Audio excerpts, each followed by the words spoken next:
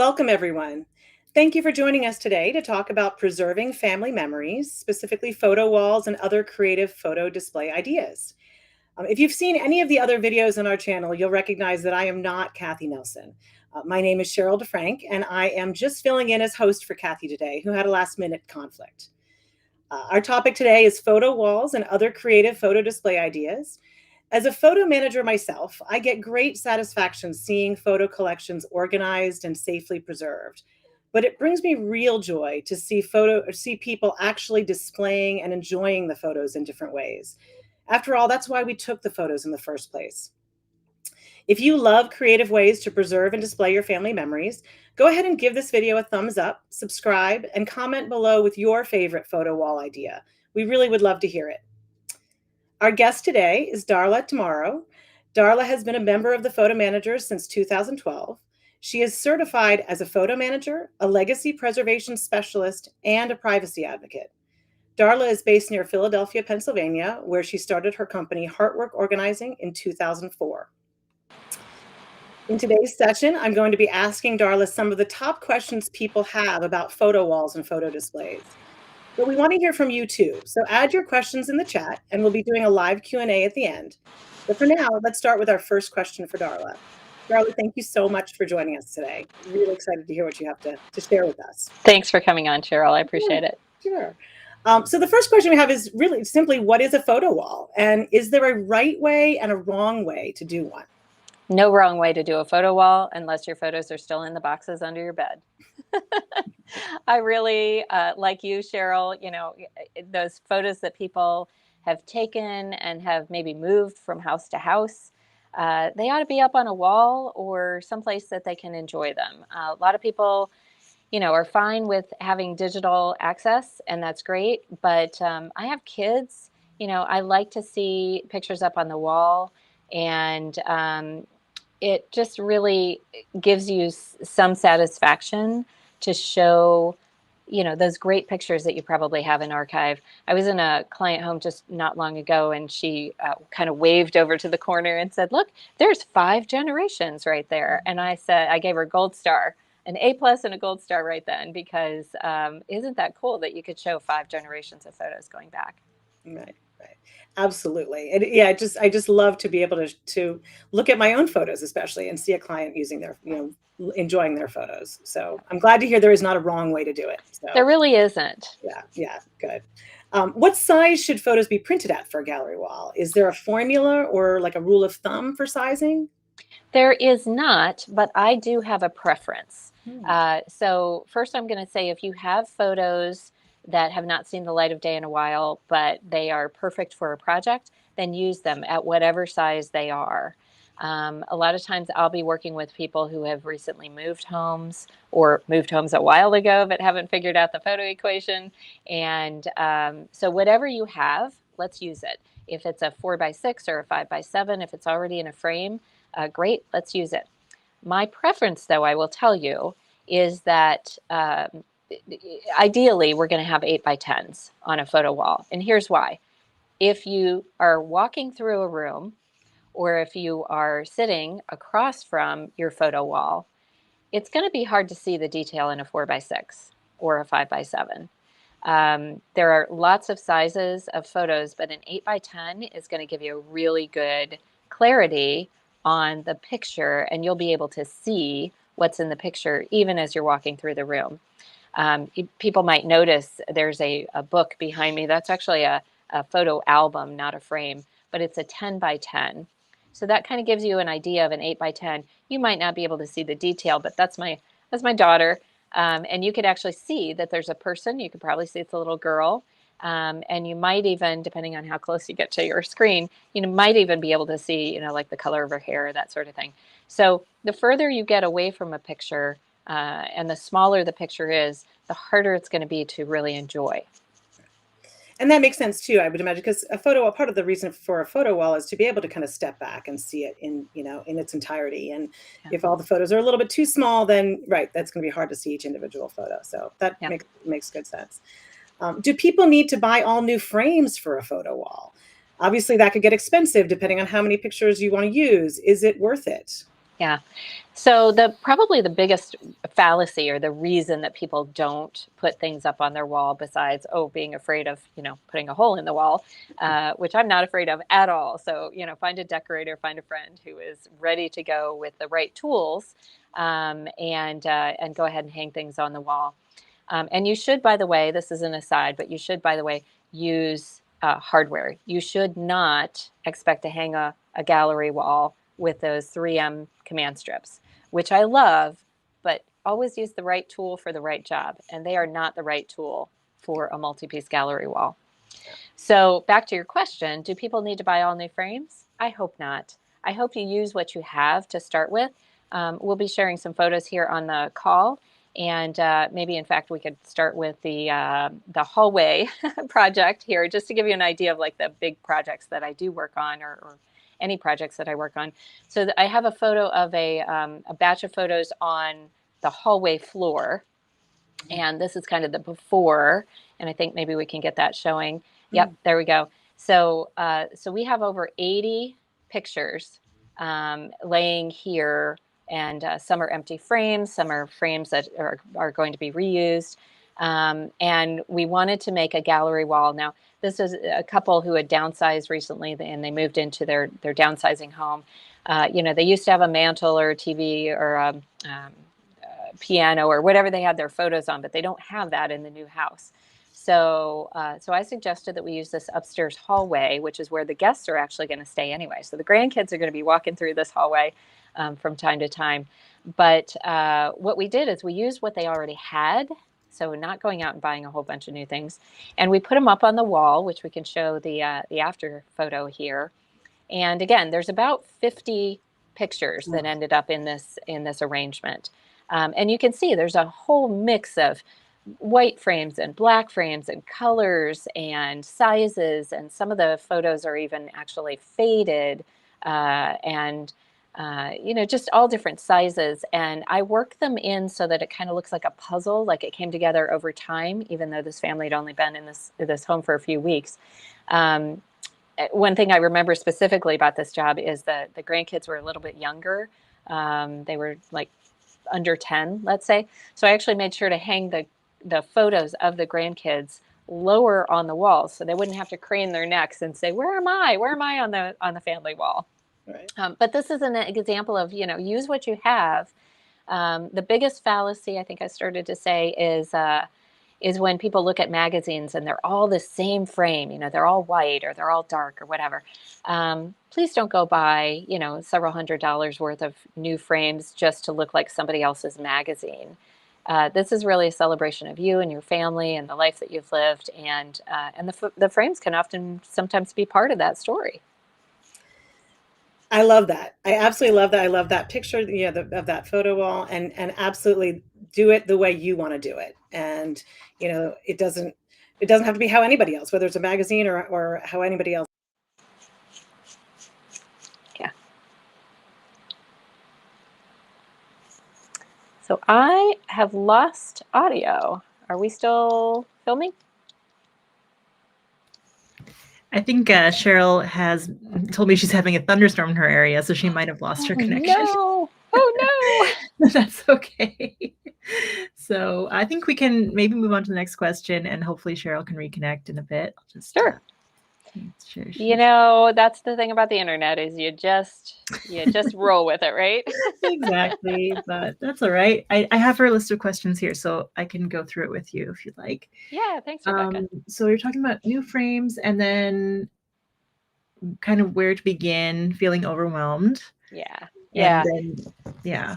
So that's pretty common as well. People, maybe have carted around photos from a different house, or it's so common. People say to me, "Oh, I used to have this on the wall in the last house," or "I've always loved this photo, but it just sat on a counter, and now I don't have that space anymore." So the thing that I like to start with, and this is everybody can go right from this, watching this and go look for this thing in their collection. Look for the biggest or the most interesting shape or the most important photo. Okay. So look for something that is is really important to your collection. And that is your centerpiece. That you're going to start in the middle and build out in all directions, up and down, left and right from there. So I can think of, I don't have a picture of it, but I can think of a recent job that we did where we had a picture of the grandmother on his side of the family and a grandmother on her side of the family. And they were both wedding pictures, you know, with the long gown and the train and everything. And we put, I can't remember which was, you know, which side, but one grandmother was on one side, one grandmother was on the other, in the middle of this 14-foot wall. And then we built out the family tree sort of loosely, right? But pictures of the photos in that way. It doesn't always have to be a picture. It can be something interesting. It could be your favorite plate or a piece of artwork, maybe a kid's artwork. So that's what I like to do, is I like to scan the entire collection, get everything together, decide what's going to be the coolest thing to be in the middle, start there, and then build outwards. Very nice. That's a great idea. Somewhere to start is always the hardest part. Just figuring out that pinpoint to get started with is where it can all, you know, branch off from there. Yeah. It looks like Cheryl's back with us, so I'm going to try adding Cheryl back. Yay. How's it going, Cheryl? Fine. I apologize for that, everybody. We are having a thunderstorm in Bethesda, and so I did lose power. So sorry for the abrupt. We're so glad you're back, Cheryl. Departure. So. Yeah, and I am kind of winging it a little bit. This is every business. This is what business owners do. We just roll with it. That's right. We roll with it. We pivot. So yes, thank you, Rebecca, for covering for me. No problem. We just talked about where to begin with photo walls and photo galleries. So you missed my $1 million tip, but we'll catch you up later. That is the $1 million. Oh, I'll have to get it from you later, Darla, because that is always the big question of where to begin with these I like to start in the center and build out, but we'll talk more about that later. I'll leave it to you guys. I'll be in the background. Okay, cool. Okay. Thank you, Rebecca. Thanks, Rebecca. So the next question that I had, that I was ready to ask, was: should people include the kids' artwork in their photo wall? I love to see all sorts of interesting things in a gallery wall, right? Some people might call them photo walls. I call it a gallery wall so that you can include some really cool things.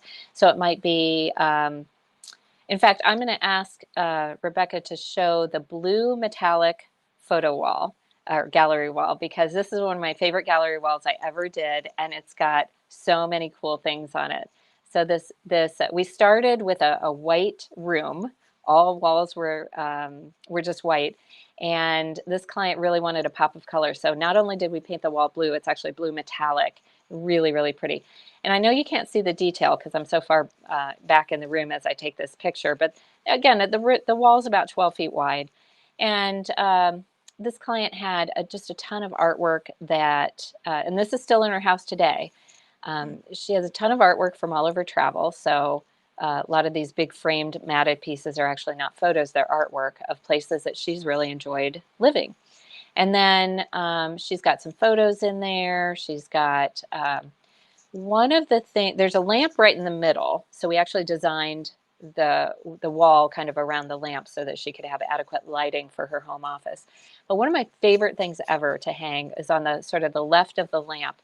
You'll see it. It's actually a fan, like a lady's fan, like sort of a, you know, an oriental, but it's just one of those little things that closes and then it opens up into that fan shape.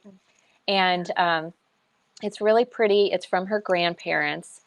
And it's so sweet because if you turn over the fan, I think it was her grandfather, had written a little love note on every one of the spines of this wooden fan. So it was something that they had when they were courting. And it's come down to the granddaughter now. And now, instead of being in a box, it's displayed on the wall in a way that's safe. It's never coming off the wall. Again, use nails. Nails are good for a project like this. But it's just one of the sweetest things I've ever had the chance to put my hands on. So yes, use a plate, use some artwork, use a carving, or, you know, maybe a piece of driftwood that means a lot to you on a trip you took to the shore or something. Kids' art is fantastic. Fabric. I've got another client. She had it didn't come from her house, but she has sort of like a Downton Abbey sort of door pull, you know, so it looks like a really fat ribbon. It's a long ribbon, and we hung it in a gallery. So just, you know, the really you're only limited by your imagination of what goes into a gallery wall. That is great, and what a gorgeous example. That blue is just beautiful, and I just have to ask, the photo or the Yeah, it is. image on the right, is Yeah. that a massive? Yeah, so that was a cool story too. Those are closet doors, and everybody's got white closet doors. These Yeah. are, you know, sort of bifold doors. And this client was tired of the white. She really wanted to max out on color. And that was a garden that she had visited. It was a Japanese garden, but I can't remember exactly where, if it was in California or someplace. This was a fun story because she really wanted to maximize that photo. And we were originally thinking about putting it on the photo wall. And then we had this idea, because this is what I do as a designer. I said, well, here's an idea. Let's get the photo made into a mural. So it's like wallpaper material, basically. And we covered the doors, the closet doors, so that when they're closed, you can't really see the four pieces of the door. You can just really see this gorgeous garden. That's So, beautiful. yeah. What a creative idea. That is fantastic. So the next question is, do you recommend DIY, basically doing it yourself, or hiring help for a photo wall? If DIY, what tools do I need? Yeah. And if hiring, how do I find the right person? Yeah. So you could definitely DIY a smaller gallery. I have an example. For example, I have a picture of they're in red matting. I think that's a zebra or two zebras. Client took a trip of a lifetime safari to Africa, and she took these couple of pictures. And this is an example of a photo gallery, right? It's two photos that she took, had them matted nicely, and that's a very small gallery project. There's no reason that you can't do that on your own. Now, she had them custom matted. It's a zebra, so you got a lot of black and white, and the red's beautiful there. And it goes with the rest of her household decor, of course. There's no reason that you can't try that on your own, even if you're afraid of, as so many people are, of making a mess or putting holes in walls. Anything, if you're not confident with tools and you want to get those photos up on your wall or keepsakes, no reason not to hire somebody to come in and help you. It can take a whole day, I will not lie. The one that I showed you at the top of the hour, we had 50 photos in that wall. That was a full day of work. It took about 6 hours to find the photos. Well, actually, they were already there when I got there, but to lay them out in a pleasing arrangement and then to get them up on the wall. So if you're handy, if that's your jam, if you're good with color and spatial recognition, great, go ahead and do it. But if not, you can certainly reach out to a photo manager. Not every photo manager has a decorating background like I do, but you could find a decorator in your area. Some decorators are like, yes, let me get in there and do it. And some will say, I have a professional art hanger and we'll bring them in for you. So there's definitely somebody that you can lean on in your area. Yeah. Okay, great. And I should say, if anybody is on the call from Paris and needs a gallery wall hung, I am available for hire. You just need to get me to Paris. I will go any day of the week. I'm sure you are a giver, Darla. No job is too small, too big. Absolutely not. Okay, right. So what would you suggest for someone who is just downsized and all the photos they used to have on the mantle and the piano and the display furniture don't exist in this smaller home? They just don't have the space, but they Yeah. still want to enjoy their photos. So one of the overlooked places in our home to hang photos is the staircase. So I can show a picture of a staircase arrangement. It's actually only a third of it. We did the front of the staircase and then all the way running up the side. So you can kind of see that peeking out on the right-hand side there. But these are smaller photos. So because this is the main staircase, main hallway in the house, remember I said I prefer larger photos, but when you have smaller photos and you're going to be able to stand right next to them or you're going to be walking next to them all day long up and down that staircase, you can afford to use smaller photos because you can always stop and look at the smiling face that catches your eye. But it is tricky to hang along an angled surface. So I will tell you, it's not straight up, it's not as easy as the two photos that I just showed you a minute ago. But these, and I should mention, I meant to mention this earlier, these are all my clients. So these are real, like I didn't pull these from Google or anything. These are jobs that I did for my clients, and I have their permission to show these photos. So anyway, this is an example of somebody who might say to me, well, I don't really have a lot of wall space in my house, but I'll bet you do. Yeah. And I can find it, and then we can hang these arrangements of all the photos that, again, might have been on that mantle that you don't have in this new house. So there's always an opportunity. We've even hung photos all the way up to the ceiling and all the way down to the floor in the cases where it makes sense. Yeah. That is a great use of that space. That's wonderful. But what if you don't actually have a big wall? What if you don't have a, kind of a nice, well situated, well located wall for a gallery wall? What other options are there to showcase photos? So, so I have a picture. I brought a picture of a vintage setup that we just saw this not long ago. Actually, two ideas I'll share with you. So there's this picture of a little girl and a vase on the same. Oh, not quite that one. There's a vase and a tea set and a little girl's picture. They're all vintage items that one of my clients got, passed down to her, as we all do. There you go. Thank you. And so she happened to have a little shelf, and these three items, they don't belong together, but they kind of do, because they all came from her ancestors, right? They were passed down to her. And when she unpacked, this is a downsizing situation. They moved into a new house about 2 years ago. And, there isn't an obvious place for that picture, which is probably a grandmother, great aunt, or something like that. But they just make this sweet little grouping that I put together for her. Excuse me. So that's one example. And then the other place that people often don't think to look is around the TV. So we have a TV gallery that I want to show you. And it's funny because I was just in a home yesterday and she had a similar setup. And I love TV galleries because we always have that big black, box in the middle of the room. And when it's not on, the TV is just a big black hole in the wall, really. But if we can take some artwork or family photos and artfully place that TV right in the middle of the gallery, it actually warms up the living room or family room, wherever you are. So I don't know if we can, Rebecca, if you can find that picture of the TV gallery.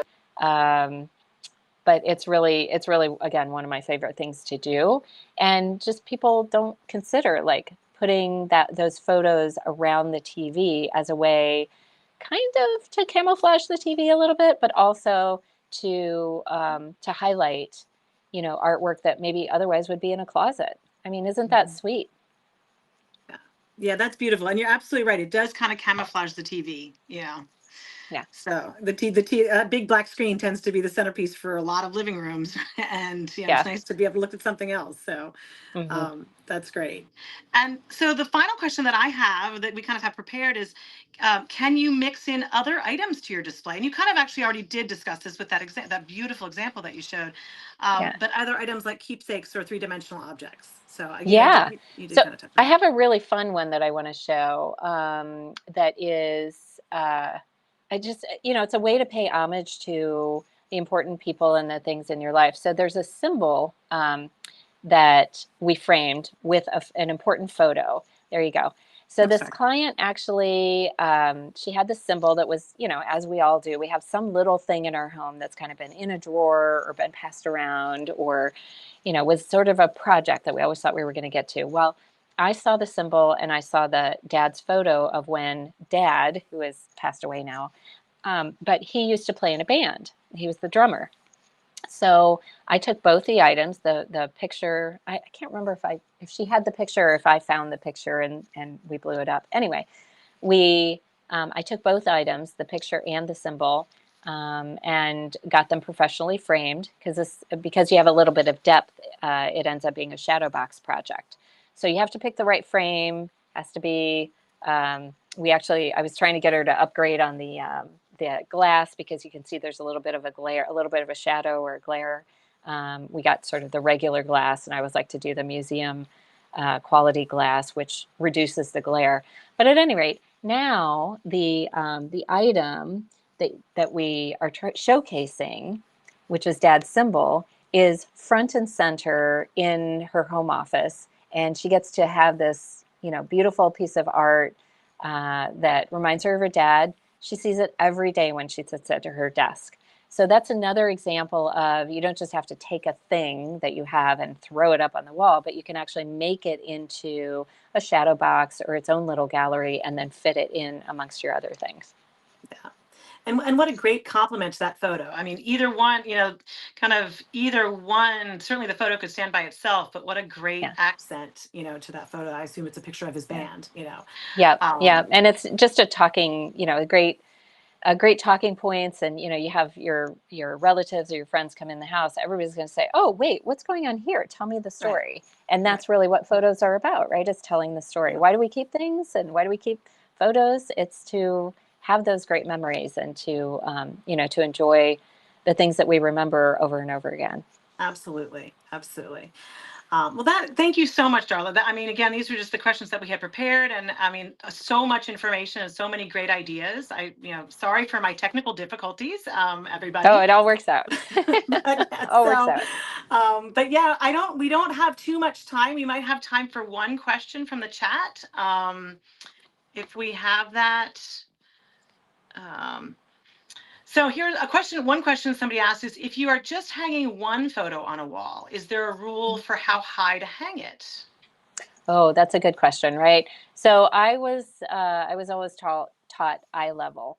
Well, your eye level and my eye level are going to be different. So Especially yours that and mine, is, but yes. yeah, yes. So there is a rule of thumb that when you're hanging art in a room where you're typically sitting, I think the measurement is 56 inches. Unfortunately for you, I actually know that that's right here for me. So the center of the picture is basically where you want to be, not having to lift your head, not having to lower your head to see it. But it's at that, I believe it's 56 inches. And then if you're talking about a walk-through space like the hallway, the staircase hallway, or any place that you're typically walking through, it's a little bit higher than that. So it's around more like 60 inches. Now, people tend to always hang their things too low. So as a decorator, I'm always asking them just to nudge it up just a little bit. But honestly, it comes down to personal preference. Your home is your home, so you should be comfortable in it in the end. There is no decorating rule that's not made to be broken. Right, right. And I think that's the biggest thing to remember with any of these display ideas, right? Is there are not too many hard and fast rules, right? Do Yeah, it, kind of the way it makes you feel good. These are your photos. You should enjoy them the way you want to enjoy them. absolutely. So that is perfect. Well, I apologize that we've kind of run out of time, but certainly if you have any questions that was either in the chat or that you think of afterwards, please put them in the chat. Darla or many of us will be happy to answer if we can.